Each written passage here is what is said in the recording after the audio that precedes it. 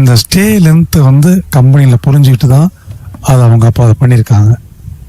நீண்ட நாட்கள் சோதனைக்கு பிறகு ஒவ்வொன்றாக அந்த வாகனத்திற்கு தகுந்தாற்போல் திறனை மேம்படுத்துவார்கள். அதாவது வேர் அண்ட் டேரை குறைப்பதற்காக மாற்றியமைப்பார்கள். அப்பொழுது அந்த வீல் வாப்ளிங் ஏற்பட்டது என்னவென்று கண்டுபிடித்து அதை சரி செய்த மாற்று முறைதான் இப்பொழுது உள்ள ஸ்டேபிள்.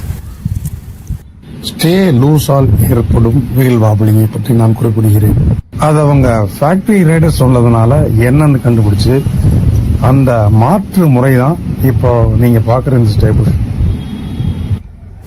இந்த விஷயத்தை ஆரம்பத்திலேயே அசம்பிள் லைனுக்கு அவர்கள் தொடங்கி விட்டார்கள்.